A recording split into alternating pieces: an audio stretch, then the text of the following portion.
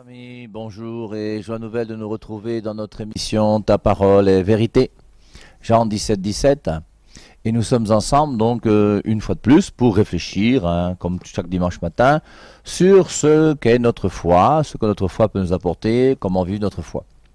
Aujourd'hui, nous allons réfléchir sur les textes de la liturgie du jour. Dans l'Église catholique aujourd'hui, nous sommes le 5e dimanche du temps ordinaire de l'année C. Je vous rappelle que l'année C est une année qui est réservée normalement à Saint-Luc. L'année A, c'est plutôt Saint-Matthieu, l'année B, Saint-Marc, et l'année C, Saint-Luc. Et l'évangile de Jean, c'est tout au long de l'année, à des périodes particulières, notamment au temps du Carême, au temps de Pâques, au temps où on lit l'évangile de Jean. Si bien qu'en 3 ans, on nous propose tous les grands textes de la Bible pour notre réflexion à la messe chaque dimanche. Alors aujourd'hui, on a l'impression qu'en ce 5e dimanche du temps ordinaire, on est plus lié à la vocation. C'est un thème qui semble lié à la vocation. Alors, on a la vocation d'abord des apôtres, où Jésus-Christ va dire, dans Luc au chapitre 5, après la pêche miraculeuse, il va dire « Je ferai de vous des pêcheurs d'hommes ». Et donc, il donne à Pierre, Jacques et Jean qui sont là, cette vocation de pouvoir devenir des pêcheurs d'hommes. Et la première lecture, qui est toujours en lien d'ailleurs avec l'évangile, chaque dimanche, il y a toujours un lien entre la première lecture et l'évangile, c'est Isaïe chapitre 6. Et dans Isaïe chapitre 6, c'est la vocation d'Isaïe. La vocation d'Isaïe, c'est pas Isaïe 1, c'est Isaïe 6. Dans Isaïe 1, c'est Dieu qui reprend son peuple en disant « Vous venez apporter des sacrifices, vous venez au temple, mais je ne vous écoute pas parce que vous vivez mal et il faut vous convertir. » Et dans Isaïe chapitre 6, alors qu'on peut lire, je vous lis donc, « L'année de la mort du roi Osias, je vis le Seigneur qui siégeait sur un trône très élevé. » Alors Isaïe a une vision. Je vis le Seigneur. Moi personnellement, je n'ai jamais vu le Seigneur.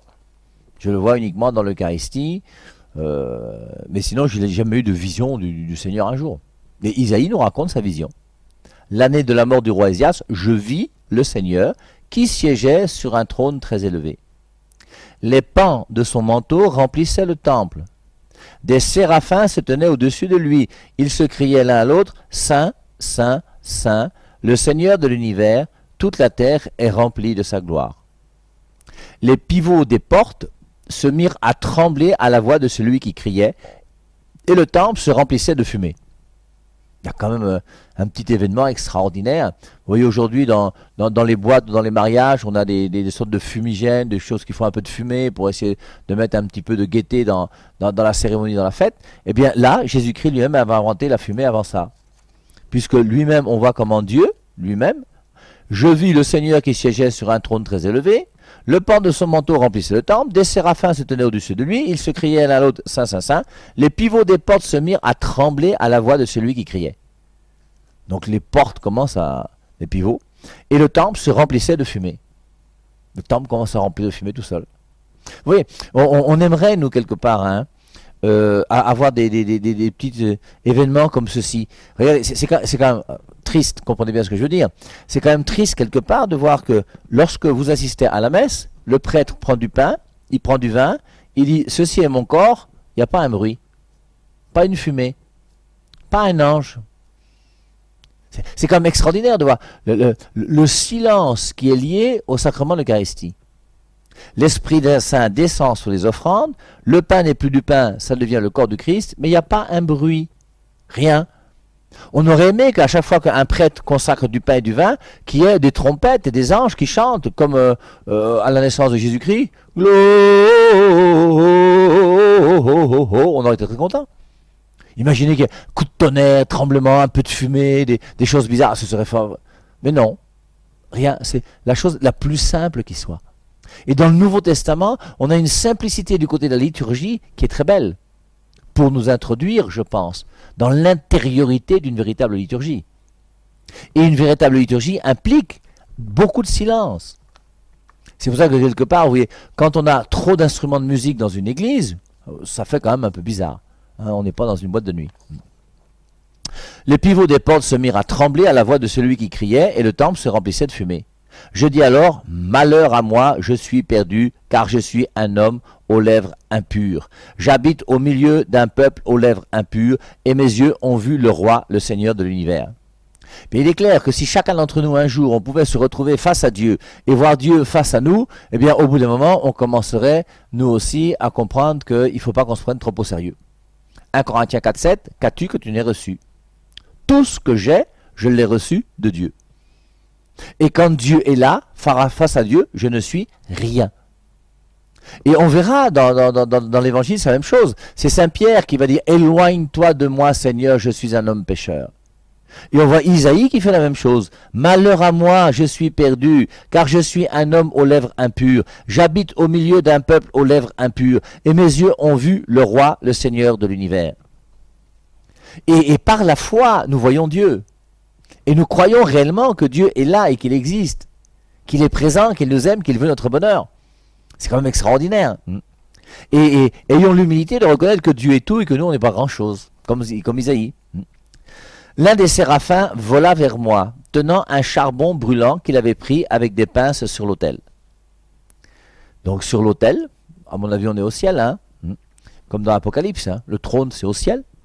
Sur l'autel, il prend un charbon brûlant avec des pinces, il l'approcha de ma bouche et dit « Ceci a touché tes lèvres, et maintenant ta faute est enlevée, ton péché est pardonné. »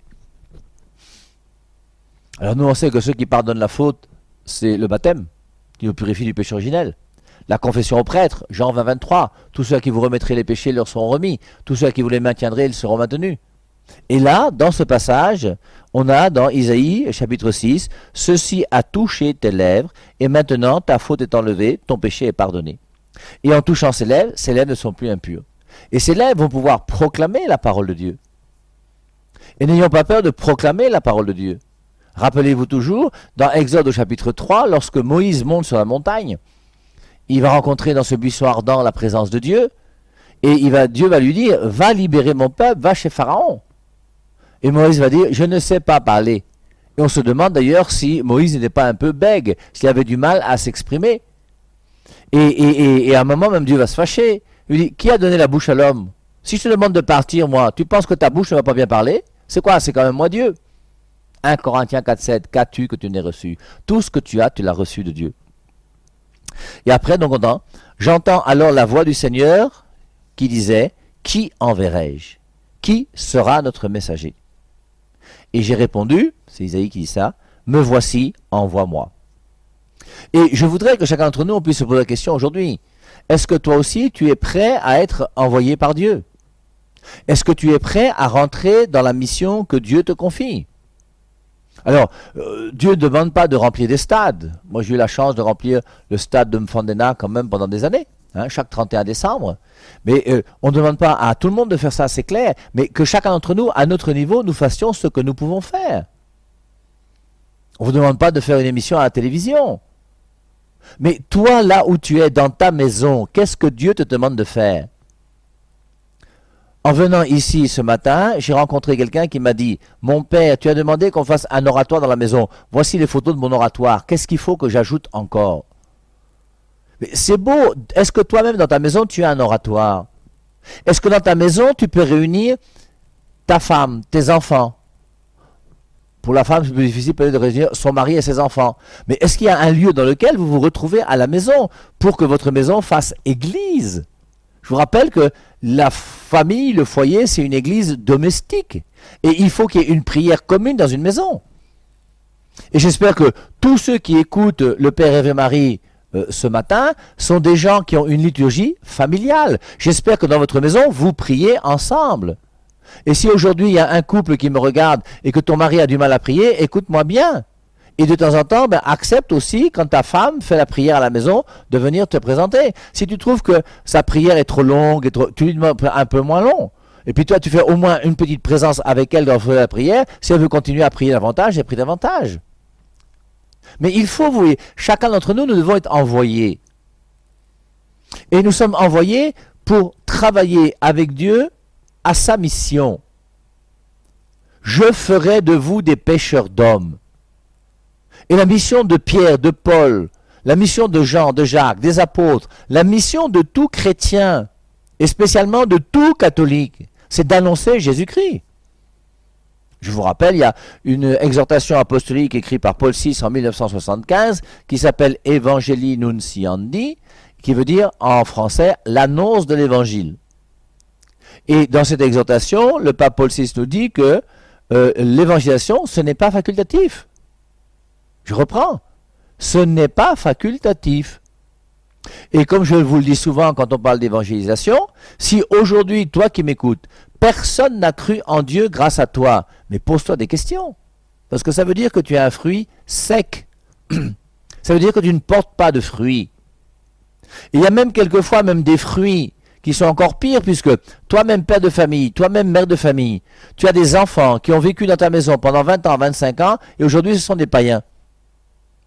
Vous avez des enfants que vous avez envoyés à l'école. Ils ont fait le CEPE, le BEPC, le bac. Vous les avez envoyés à l'UQAC ou dans les grandes écoles. Quelquefois, ils sont partis au Canada ou en Chine ou je ne sais pas où encore. Vous avez payé des millions et des millions pour leur scolarité. Et aujourd'hui, ce sont des gens qui ne croient plus en Jésus-Christ. Ils ne vont même plus à la messe. Ils ne savent même pas si Dieu existe.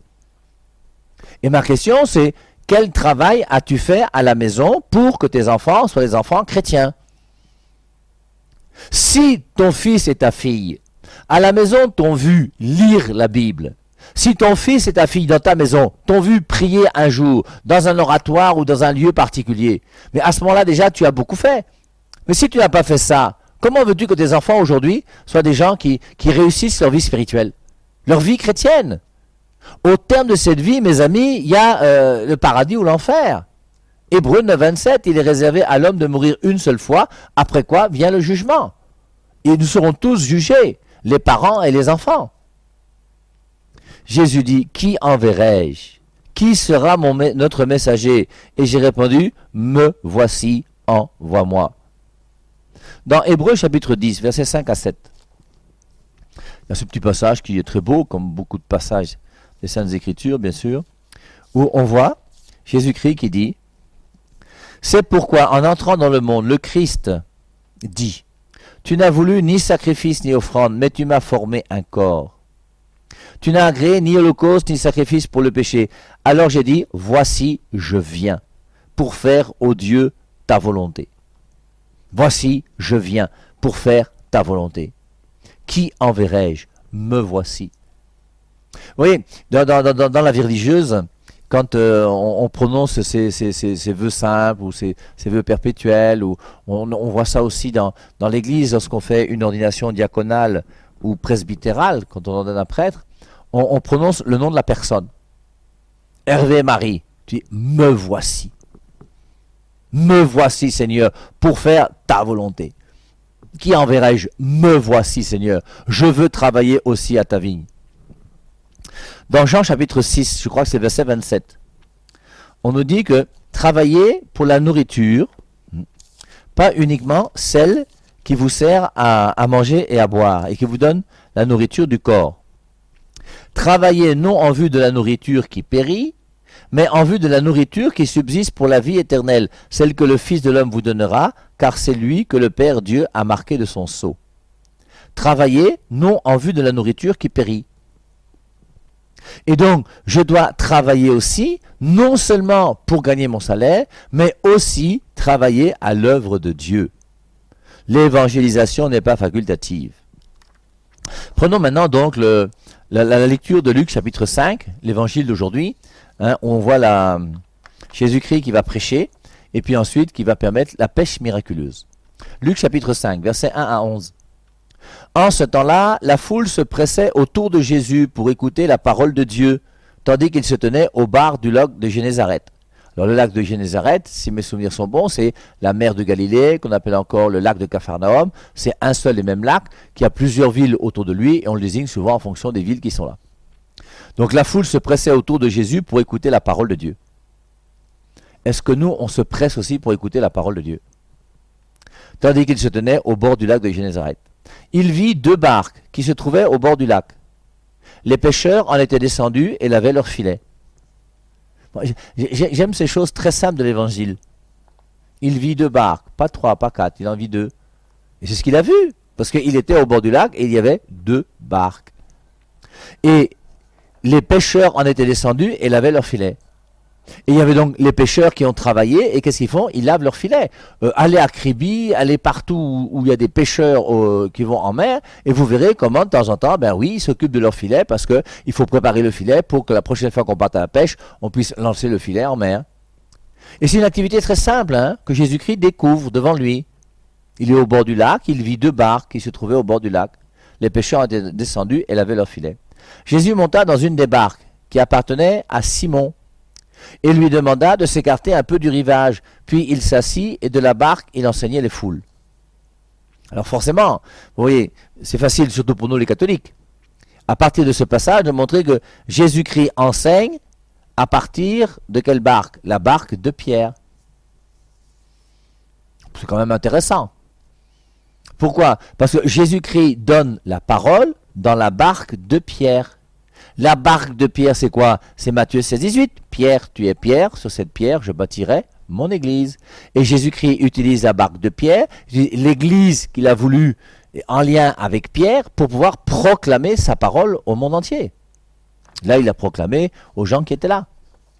Donc Jésus monta dans une des barques qui appartenait à Simon et lui demanda de s'écarter un peu du rivage. Puis il s'assit de la barque, il enseignait les foules.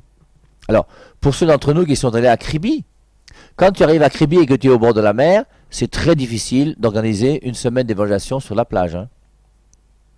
Parce qu'il te faut une sono puissante. Parce que le bruit de la mer, là, c'est quelque chose. Et si tu parles sans avoir de sono simplement, là, le bruit, la mer qui monte, qui descend, le vent, tout ça, ça fait beaucoup de bruit. Alors là, c'est pas une mer, c'est un lac.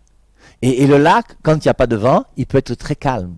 On appelle ça même, d'abord en français, on appelle ça une mer d'huile. De temps en temps, même la mer, quand il n'y a pas de vent, c'est une mer d'huile.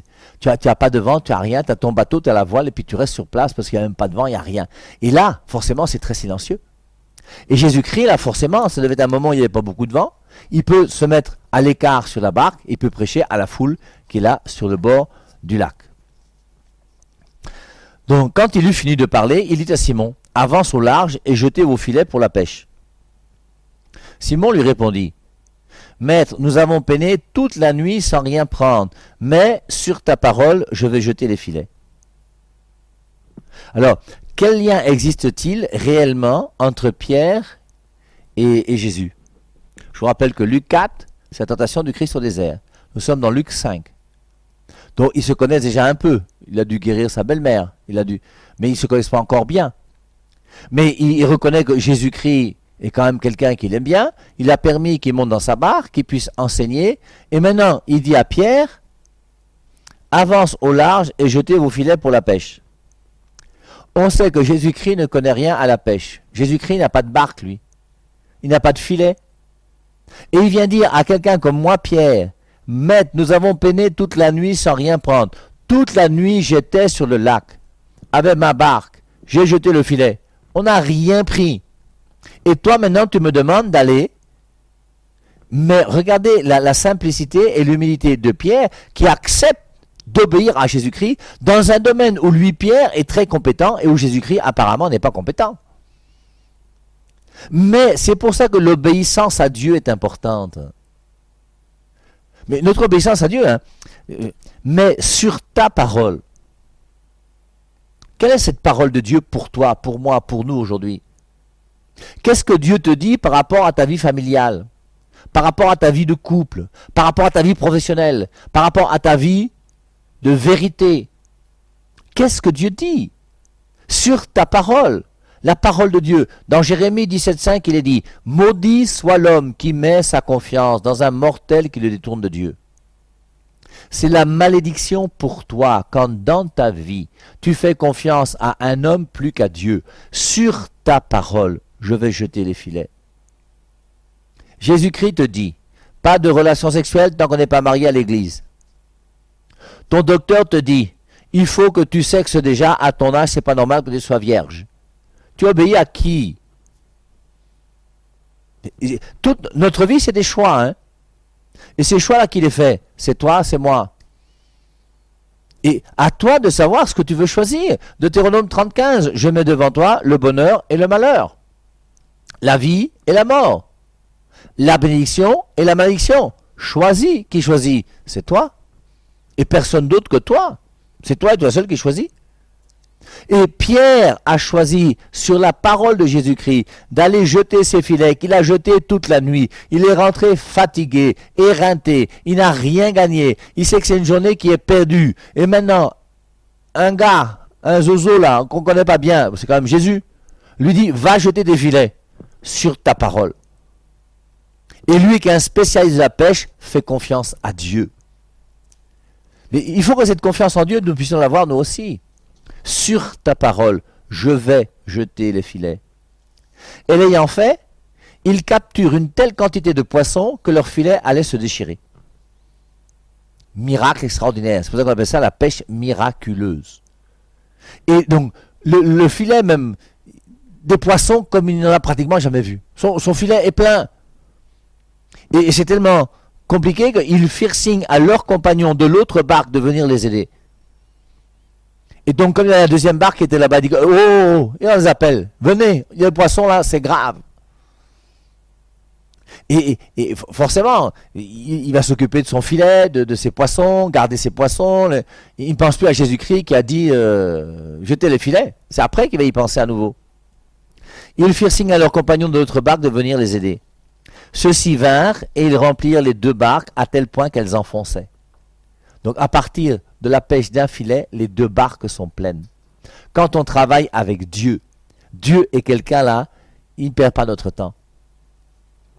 Et l'efficacité du travail avec Dieu. À cette vue, Simon-Pierre tomba aux genoux de Jésus en disant « Éloigne-toi de moi Seigneur, car je suis un homme pécheur. » Et Pierre forcément reconnaît en Jésus-Christ une grandeur que lui-même pourtant, qui travaille sur le lac depuis des années, qui les filets et les barques depuis des années, il reconnaît la grandeur de Jésus-Christ qui le dépasse dans le domaine là où il est le plus compétent. Et il lui dit, éloigne-toi de moi Seigneur, je suis un homme pécheur. En effet, un grand effroi l'avait saisi, lui et tous ceux qui étaient avec lui, devant la quantité de poissons qu'ils avaient pêchés. Et de même Jacques et Jean, fils de Zébédée, les associés de Simon. Et on nous précise là que Jacques et Jean, donc les fils de Zébédée, sont les associés de Pierre au niveau de la pêche. Ils travaillaient ensemble. Jésus dit à Simon, « Sois sans crainte, désormais ce sont des hommes que tu prendras. » Alors ils ramenèrent les barques au rivage, et laissant tout, ils le suivirent. « Sois sans crainte, désormais ce sont des hommes que tu prendras. » Alors c'est joli parce que alors ils ramenèrent les barques au rivage et laissant tout. Forcément les poissons là ils vont pas les laisser non plus, ils vont les vendre, ils vont se débrouiller, ils vont... Mais on dit bien quand même laissant tout, ils le suivirent. Et on va commencer à laisser la barque, le filet, même la pêche pour suivre Jésus parce que Jésus-Christ est plus que le poisson. Jésus-Christ est plus que l'argent. Jésus-Christ est plus que ton salaire. Jésus-Christ est plus que des milliards. Et laissant tout, ils le suivirent. Alors, me voici, envoie-moi. Est-ce que nous acceptons nous aussi d'être envoyés? Et dans la deuxième lecture d'aujourd'hui, l'Église va nous proposer Saint Paul. Dans 1 Corinthiens chapitre 15, je vous lis, « Frères, je vous rappelle la bonne nouvelle que je vous ai annoncée. Cet évangile, vous l'avez reçu, c'est en lui que vous tenez bon. C'est par lui que vous serez sauvés, si vous le gardez tel que je vous l'ai annoncé. Autrement, c'est pour rien que vous êtes devenus croyants. » Alors l'évangile de Jésus-Christ, il y a quelque chose d'important.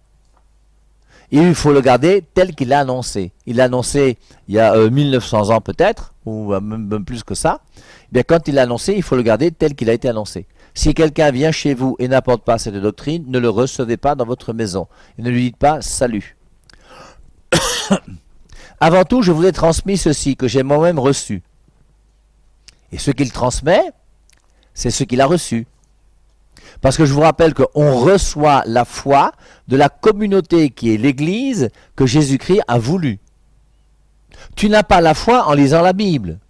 C'est pas en lisant la Bible et en comprenant la Bible comme tu peux avec ta petite tête que tu vas avoir une parole de Dieu qui est vraie. C'est pour ça qu'il faut avoir peur de la Bible, en ce sens où la Bible est dangereuse, parce que la Bible divise les chrétiens. Mais je vous rappelle, la parole de Dieu ne divise pas les chrétiens. Et la parole de Dieu, avant tout, je vous ai transmis ceci que j'ai moi-même reçu. Je vous rappelle, quand on baptise un enfant, on proclame la foi dans l'église et on dit aux parents, voulez-vous que votre enfant soit baptisé dans la foi que nous venons de proclamer? Et c'est pour ça que l'église est là, qui est colonne et appui de la vérité, et nous dit ce que nous devons croire. Et tout ça revient jusqu'à l'origine et jusqu'aux apôtres. Et des apôtres jusqu'à Jésus-Christ. Puisque Jésus-Christ a dit aux apôtres, Luc 10,16, celui qui vous écoute, m'écoute. Avant tout, je vous ai transmis ceci, que j'ai moi-même reçu. Le Christ est mort pour nos péchés, conformément aux Écritures, et il fut mis au tombeau. Il est ressuscité le 3e jour, conformément aux Écritures. Il est apparu à Pierre. C'est intéressant quand même ce passage de 1 Corinthiens 15. Parce qu'on nous dit, Saint Paul nous dit, que Jésus-Christ est apparu à Pierre. Montrez-moi où se trouve la résurrection de Jésus-Christ à Pierre, dans Matthieu, dans Marc, dans Luc et dans Jean. Elle n'existe pas. Et c'est pour ça que la Bible ne dit pas tout. Jean 20, 30, 31, Jean 21, 25. Le Christ a fait en présence des disciples beaucoup d'autres miracles qui ne sont pas écrits dans ce livre. Ensuite, il continue. Après être apparu à Pierre, il est apparu aux 12. Il est apparu à plus de 500 frères à la fois. La plupart sont encore vivants et quelques-uns sont endormis dans la mort. Ensuite, il est apparu à Jacques, puis à tous les apôtres. Et en tout dernier lieu, il est apparu à moi, l'avorton. Et vous pourrez continuer à lire la suite de 1 Corinthiens chapitre 15, ou en allant à la messe aujourd'hui. N'hésitez pas à méditer ces textes pour essayer d'entrer dans ce que l'Église nous propose comme texte pour nous permettre de grandir en aimant Dieu davantage. Bon dimanche à tous et à dimanche prochain.